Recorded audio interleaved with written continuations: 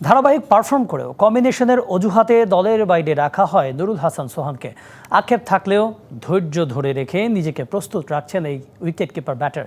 যখনই ডাক পাবেন জাতীয় দলে সর্বোচ্চটা দিয়ে অবদান রাখতে চান সোহান। অস্ট্রেলিয়া সফরে নেতৃত্ব দিবেন এ দলকে।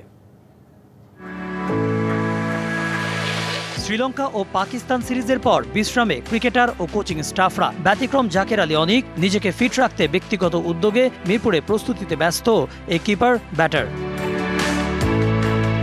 দলে প্রতিদ্বন্দ্বিতা অনেক, স্কোয়াডে সুযোগ পেতে ইনফর্ম জাকেরের সাথে সোহানের লড়াই। কম্বিনেশনের অজুহাতে সোহানকে বিবেচনার বাইরে রাখেন নির্বাচকরা। ধারাবাহিক পারফর্ম করেও সুযোগ না পাওয়া আক্ষেপেরই বটে। আমার চাওয়া পাওয়া কিছু না, অবশ্যই সবসময় বলি যে বাংলাদেশ ক্রিকেট সবার আগে। যারা হয়তো ম্যানেজমেন্ট বা নির্বাচক আছে তাদেরও কাজটা ভিন্ন, তারা হয়তো তাদের পার্টিকুলার জায়গা থেকে দেখবে, কারণ আমার সাথে তাদের মতের মিল হবে না, এটা খুবই স্বাভাবিক। সোহানের নেতৃত্বে রংপুর রাইডার্স সাফল্যে ধারাবাহিক। গ্লোবাল সুপার লিগের অভিষেক আসরে চ্যাম্পিয়ন, দ্বিতীয় আসরে রানার্স আপ। নেতৃত্ব গুণের পাশাপাশি দলের প্রয়োজনে কার্যকরী ব্যাটিংয়ে অবদান রাখেন। প্রশংসা পান বিসিবি পরিচালকদের।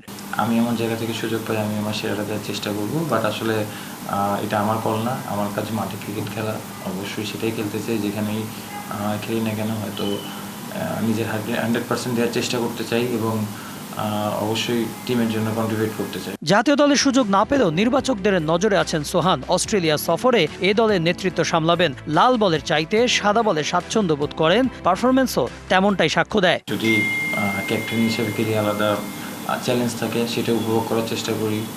প্লেয়ার হিসেবে খেললে নিজের জায়গা থেকে 100% দেওয়ার চেষ্টা করি। এই টাইপের হোয়াইট বল রেড বল দুইটাই ক্রিকেটেই খুবই মন থেকে পছন্দ করি এবং প্রিফারেন্স যদি বলেন হোয়াইট বল ক্রিকেট ধরে লাস্ট অনেকদিন ধরে ভালো খেলছি, তো অবশ্যই একটা প্রিফারেন্স থাকবে। বাংলাদেশ দলের ব্যাটিংয়ে গভীরতা বাড়াতে মিডল অর্ডারে সোহান হতে পারেন বেস্ট অপশন। এশিয়া কাপে এই কিপার ব্যাটারকে রাখার সাহস কি দেখাবে বিসিবি?